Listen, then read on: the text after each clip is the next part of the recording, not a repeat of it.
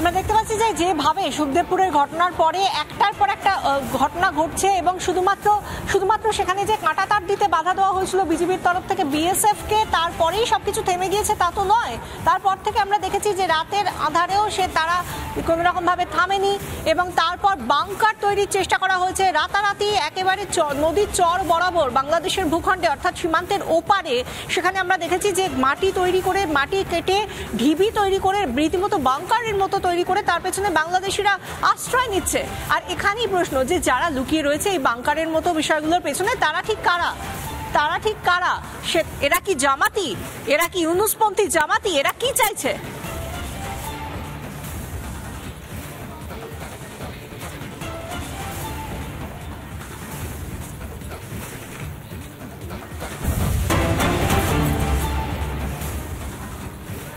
আর এরই মধ্যে আমরা দেখতে পাচ্ছি একদিকে ফিরহাদ হাকিম যখন বিতর্কিত মন্তব্য করছেন, তার দোসর হচ্ছেন কোথাও গিয়ে সিপিএম এর রাজ্য সম্পাদক মোহাম্মদ সেলিম। তিনি রীতিমতো ইউনূস প্রেম দেখাচ্ছেন কোথাও গিয়ে, যেখানে এত অশান্তির পেছনে ইন্ধন ইউনূস সরকারের, মোহাম্মদ ইউনূসের, তিনি সেটা একেবারেই দেখতে পাচ্ছেন না। সেটা দেখতে গিয়ে অন্ধ হয়ে যাচ্ছেন মোহাম্মদ সেলিম। উল্টে তিনি বিজেপি তৃণমূলের যোগ দেখছেন, অশান্তির পিছনে তিনি ভোট রাজনীতি করছেন, কিন্তু কোথাও গিয়ে দেখতে পাচ্ছেন না যে কিভাবে ইন্ধন দিচ্ছেন অন্তর্বর্তী সরকারের মুখ্য উপদেষ্টা মোহাম্মদ ইউনূস। কি বলছেন সেলিম, শুনুন।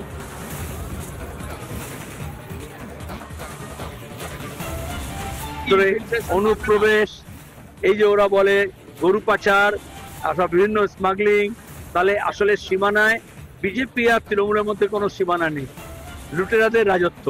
আমি জানি উত্তর চব্বিশ পরগনায় গরু পাচারের সবচেয়ে বড় কাণ্ড যে করে, সে যেহেতু আমি নাম ধরে বলতে পারি, বিরোধী দলের নেতাকে টাকা দিয়েছে, এই জন্য সে সিবিআই থেকে এখন বাইরে আছে। কারণ তৃণমূল একা ভাগ পেত, এখন বিজেপি তৃণমূল দুজনই ভাগ পাচ্ছে। মালদা ঘটনা এটা উদাহরণ দিচ্ছে যে সীমানায় হিন্দু মুসলমান করছে, ভারত বাংলাদেশ করছে, তো চোরা চালানের কাজে সিদ্ধহস্ত পুলিশি সহযোগিতায়, কেন্দ্রের পুলিশ হোক বা রাজ্যের পুলিশ হোক, বিজেপি তৃণমূল দুজনই ভাগ পাচ্ছে। মোহাম্মদ সেলিম যে কথা বলছেন সেটা কি করে তিনি বলছেন, কোন জায়গা থেকে বলছেন? আদতে যেখানে বসে রয়েছেন সেই দেশের বিরুদ্ধে কথা বলতে গিয়ে বা বাংলাদেশের সম্পর্কে কথা বলতে গিয়ে তিনি তো দেশ বিরোধিতাই করছেন। আমরা একবার কথা বলেছিলাম এই নিয়ে আন্তর্জাতিক সম্পর্ক বিশেষজ্ঞ রাজাগোপাল ধর চক্রবর্তীর সঙ্গে, তিনি কি বলেছেন শুনুন। সরকার ছিল, তার সেই সরকারের অ্যালাইড পার্টনার ছিল ওয়ার্কার্স পার্টি, যার সঙ্গে সিপিএম এর সঙ্গে একটা যোগাযোগ ছিল। তারা যখন বিরাট 34 বছর ক্ষমতায় ছিলেন, বাংলাদেশে যখন সংখ্যালঘুর উপরে আক্রমণ হয়েছিল, তারা কি কোনো ধরনের বক্তব্য রেখেছিলেন? কোনো ধরনের বক্তব্য তারা রাখতে পারেননি। যখন গঙ্গার জল দেওয়া হলো, জ্যোতিবাবু বাংলাদেশে গিয়েছিলেন, উনি কি বাংলাদেশকে বলেছিলেন যে তোমাদের জল দিচ্ছি, তোমরা হিন্দুদের উপর আক্রমণ রোধ করো? কিছু করেন। সুতরাং এখন এসব কথা যেগুলো বলতে চাইছেন সেগুলো হচ্ছে মানুষকে বিভ্রান্ত করার চেষ্টা। আমরা অবাক হয়ে গিয়েছি যে সিপিএম দলটাই তৈরি হয়েছিল বাংলাদেশের রিফিউজিদের নিয়ে, আজকে তাদের এই ভূমিকা অত্যন্ত নক্কারজনক। রাজনৈতিক ব্যক্তিত্বরা কি বলছেন এই বিষয়ে শুনুন।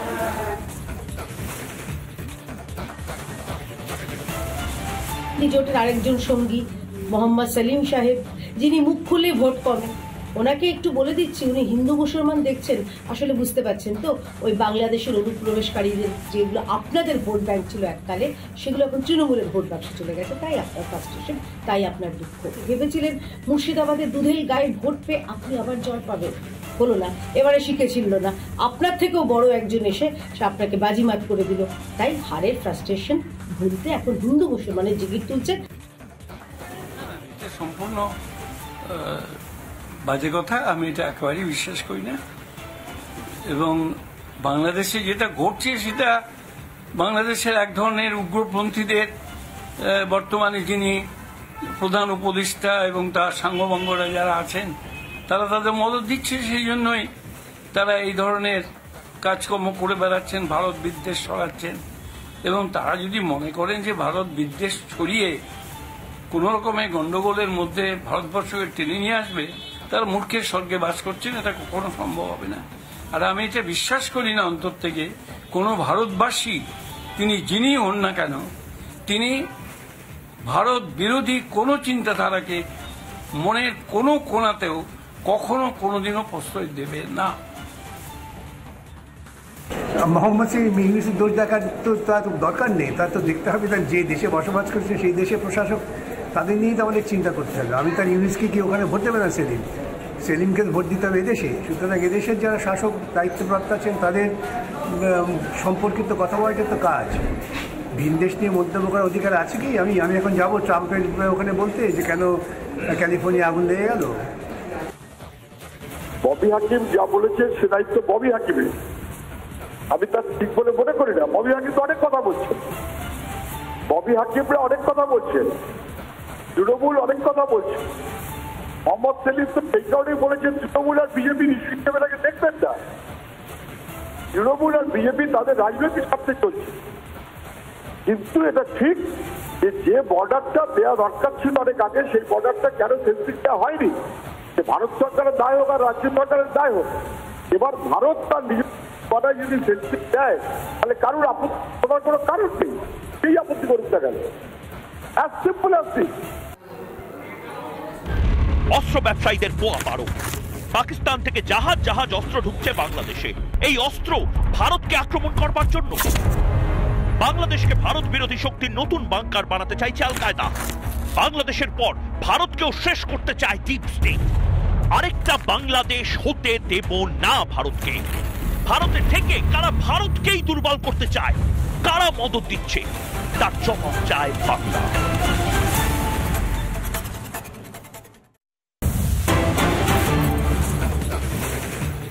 এই মুহূর্তে যে খবরের দিকে নজর রাখবো, অসমের জেলে বন্দী রয়েছে জঙ্গি মনিরুল এবং আব্বাস।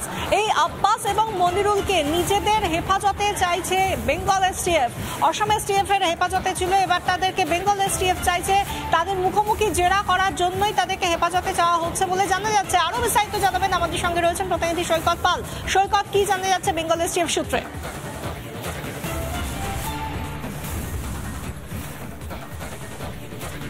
দেখো, কিছুদিন আগে বেঙ্গল এসটিএফ বহরমপুর জেল থেকে, বহরমপুর জেলে দীর্ঘদিন বন্দী এই যে সাদিক সুমন ওরফে তারিকুল, সেই তারিকুলকে নিজেদের হেফাজতে পেয়েছে। কিন্তু জেরায় তারিকুল সম্পূর্ণ ধরনের অসহযোগিতা করছে, বিভ্রান্ত করছে বেঙ্গল এসটিএফ এর গোয়েন্দাদের।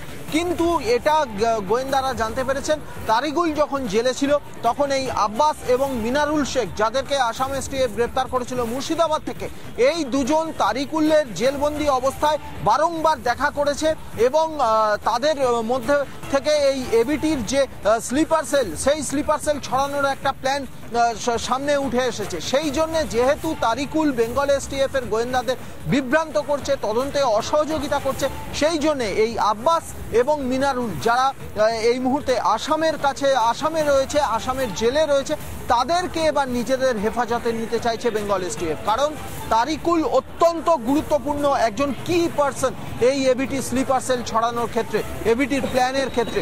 কিন্তু সে যেহেতু অসহযোগিতা করছে, তাই এই আব্বাস এবং মিনারুলকে হেফাজতে নিয়ে তারিকুলের সঙ্গে মুখোমুখি বসিয়ে জেরা করতে চাইছে বেঙ্গল এসটিএফ। সেই জন্য সূত্র মারফত জানা যাচ্ছে আগামী সপ্তাহে আদালতে আবেদন করবে বেঙ্গল এসটিএফ, যাতে আসামের জেলবন্দি অবস্থায় এই মুহূর্তে থাকা আব্বাস এবং মিনারুলকে তারা হেফাজতে পায়। তারিকুলের সঙ্গে মুখোমুখি বসিয়ে জেরা করে এই এবিটির যে চক্র, এবিটির যে স্লিপার সেল, সেই স্লিপার সেলের বিষয়ে আরো বিশদ তথ্য জানতে চায়। আর কোন কোন জায়গায়, কোন কোন রাজ্যে এই স্লিপার সেল ছড়িয়েছে, বা এই রাজ্যের আর কোন কোন জেলায় স্লিপার সেলের সদস্যগুলি রয়েছে, এবিটি অ্যাক্টিভ রয়েছে, গোটা বিষয়টা জানতে চাইছে বেঙ্গল এসটিএফ। ধন্যবাদ সৈকত। আমরা কথা বলছিলাম এবং বিষয়টা সম্পর্কে আরো স্পষ্ট করে বললেন আমাদের প্রতিনিধি সৈকত পাল।